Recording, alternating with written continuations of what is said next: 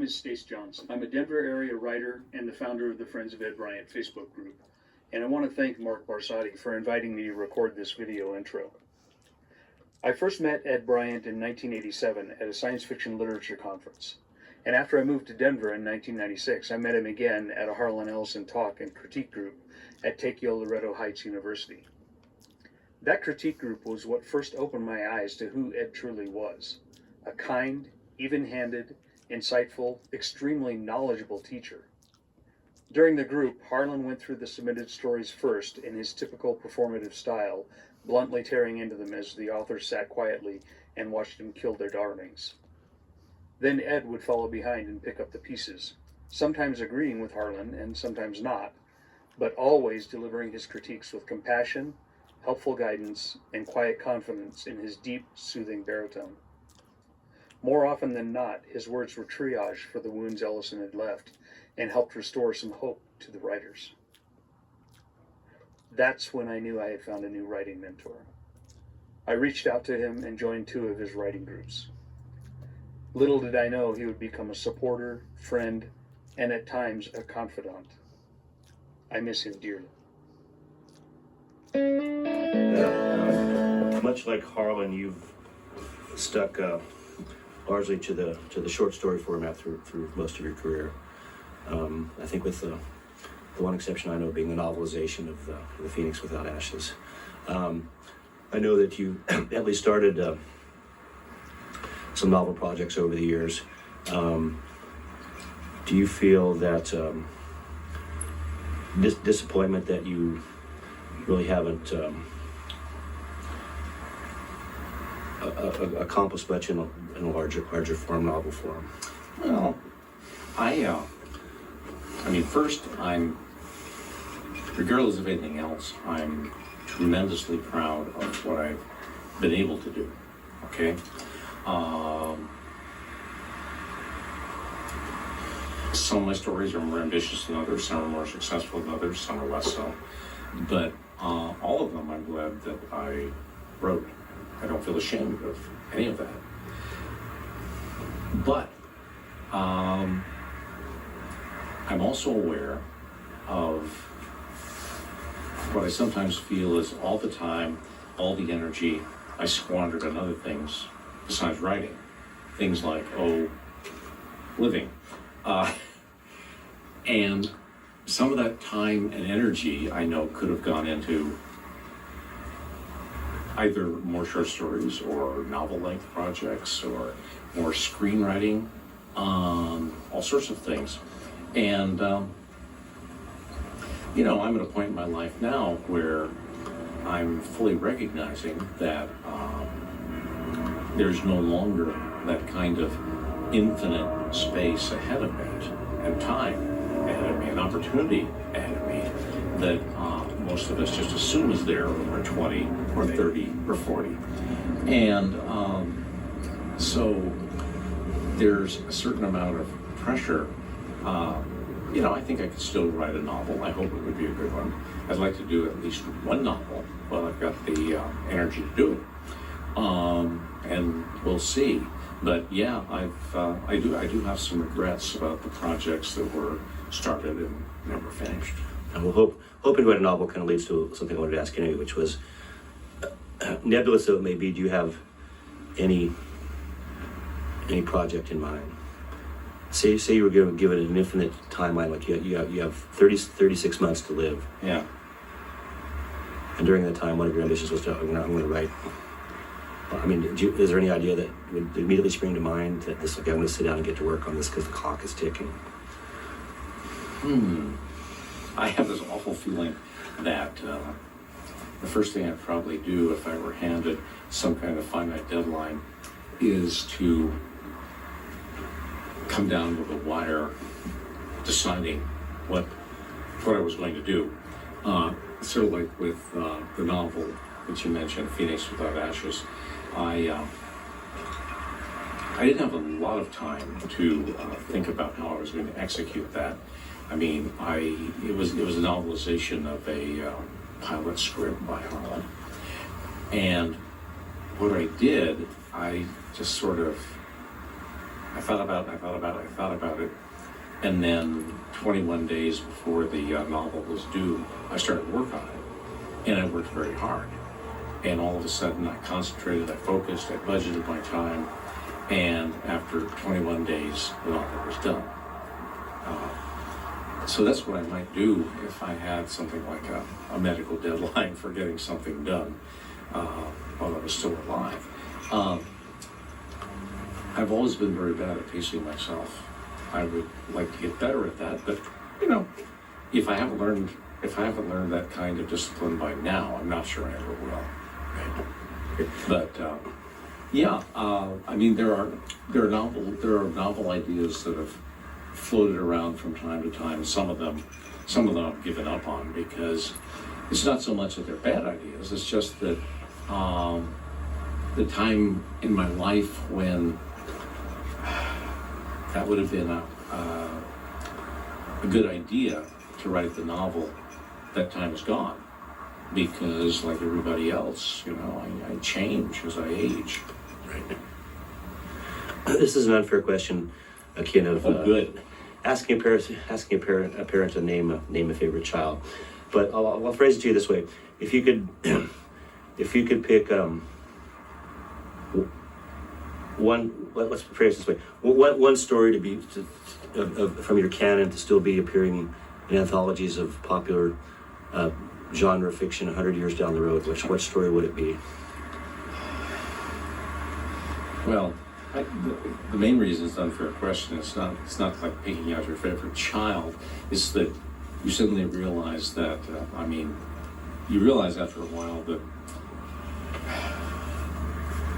a writer, an artist of any kind, in any genre, really has no idea what, if any, of his or her works are going to be appreciated a century down the line.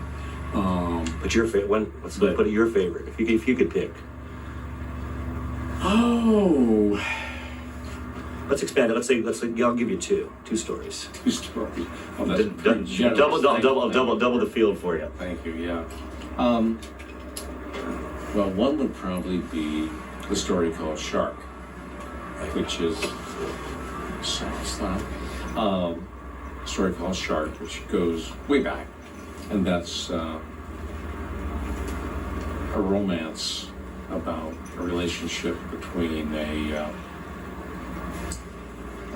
simplest way of putting it is in a future world with better technology, a marine scientist who falls in love with a woman who, for various reasons, decides that through technological means she's going to become a shark. Not just any shark, but a great white shark. I've always loved that story. On the other hand, my crime thriller story, While She Was Out, has been a very strange case because... And let's just interject, made into two movies.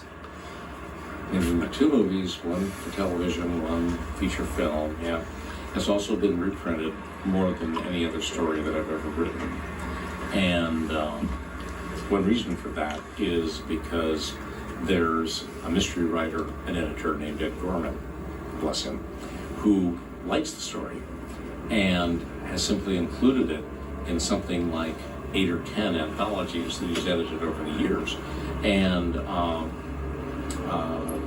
his reprinting of the story is one major reason, I think, that it became a movie, because when short stories like that end up in mystery anthologies, they tend to be picked up by people in the film business who are taking a plane trip and they want something easy to read and very portable and short enough that they can read it in a limited amount of time.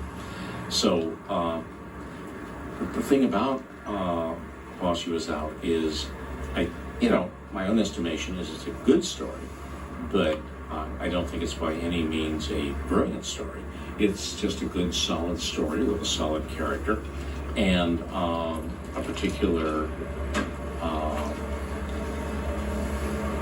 relationship twist for the characters that I think makes the story, makes it very well.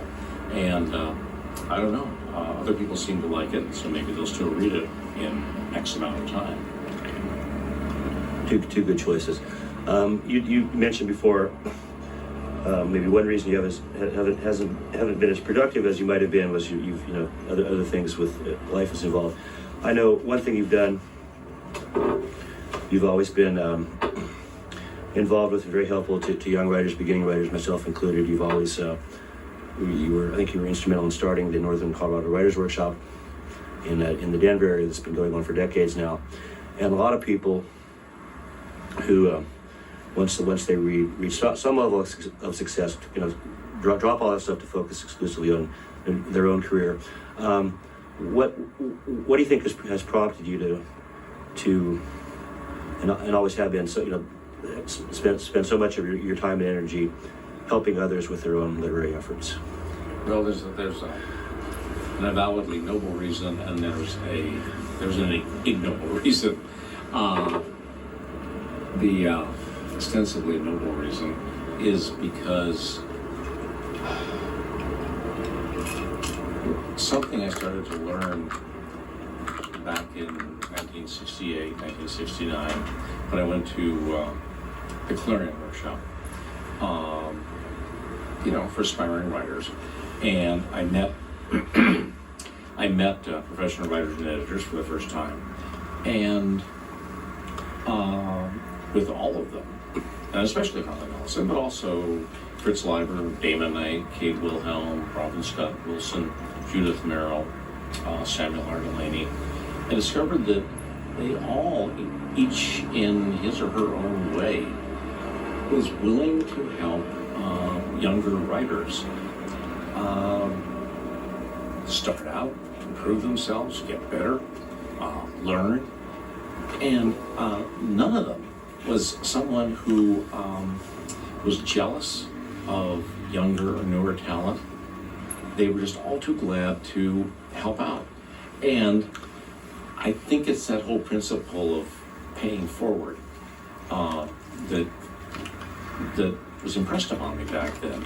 That people who have experience, knowledge, help you out, and you owe it to do the same thing when you have the opportunity for other people who are younger than you, newer than you, less experienced than you, and it's just a good thing to do to help others out that way. Now, I said there was an ignoble reason. Yes, I was going to ask you what that was. Yeah, the ignoble reason is because without being more specific, I think all through my life, I've had this feeling that regardless of what my cosmology and spirituality might be, I needed to pile up karma points. And one way to get karma points is to help other people out. Okay. I guess my follow-up question is, for a variety of reasons, we live in what I'll say shorthand is an increasingly post-literate world. Are you hopeful, not hopeful for let's just say the state of literature in general moving forward into the 21st century? Oh, I'm optimistic about it. I'm well aware that somebody I know who used to edit an internet newspaper on a professional level, and he told me that as far as he could tell, 800 words was about the attention span maximum for what people would read online. Maybe yes, maybe no. I mean, there's a lot to be said about the internet in terms of whether it's blogging or, God save us, Twitter at the narrow end of the spectrum in terms of communication with the 140 characters and all of that. I grew up old school in terms of written communication. And, I'm not very conversant with the internet age. I know just enough to make me dangerous and get in trouble sometimes. But I'm by no means an expert. But what I do know, or what I'm sure of, is regardless of how it's couched, whether it's in God Save Us text speak or in 800-word chunks, or whether it's in video games or role-playing or any other type of form of gaming, I know that people want their stories. There's no question about it. They want to know about people who are different than they are and yet basically like them, because we want to find out how people behave in situations that we know we might be in, though we fear to be in, that we want to see how other people would behave or survive or overcome or triumph. And so I think stories, characters, relationships, all of those things will continue in whatever form. Now, what those forms might be, I really don't know. I know some of the people who are digitally savvy that I know. Just one of the things they maintain is that, in the near to mid future, at least, it's going to be, for writers on the internet, it's going to be something like, as I know from experience working with Hollywood, where suddenly you as the artist are no longer singular. You have to work as part of a team, okay? And in the terms of internet, probably we're going to be seeing more and more digital storytelling that involves music and visuals, graphics and so forth and so on. And I could probably adapt if I had more time and energy, if I were younger, but it's probably likely I won't have to. So I wish people well who are going to be storytellers in the future. I know they're going to be there. It's going to happen. But, well, maybe that's what some of my science fiction has been about, trying to talk about what storytelling in the future would be like. We have a little over a minute left, so again, this will be off the top of your head without time consideration, but this is the old cliched desert island question. Yeah. What 2 or 3 books would you take to a desert island? I always hate that question. I know. God, I hate it. Like at this moment, what 2 or 3 books? How to build a boat. Obviously, it's not your your ultimate list. Say 3 books. Probably one of them would be Gravity's Rainbow, because if I'm going to be trapped on that island a long time, I want a book that I can... By what, Thomas Pynchon? Yeah, by Thomas Pynchon. Something that I think is not easily understandable. You would have to have plenty of time to mold. Exactly. Mold the layers of meaning. Okay. Exactly. So that's number 1. And what the heck? Maybe the... I know. So it sounds like smart ass. But I would like a complete consumer's guide to home medicine. Okay. Because that seems like it would be practical. And I know it'd be so ideal to say something like... All right, that's it for this session with Ed Bryant. I want to thank Stace for the introduction there. And also like to report that virtually all of Ed's works, the vast majority of which were short stories, will be out soon in a 2-volume omnibus. So hopefully we'll have news on that when I get back to the second part of the 2010 interview with the late, great Ed Bryant, hopefully not too far in the distant future. Like and subscribe if you want to, blah, blah, blah. This has been a Not Ready for Podcasting production.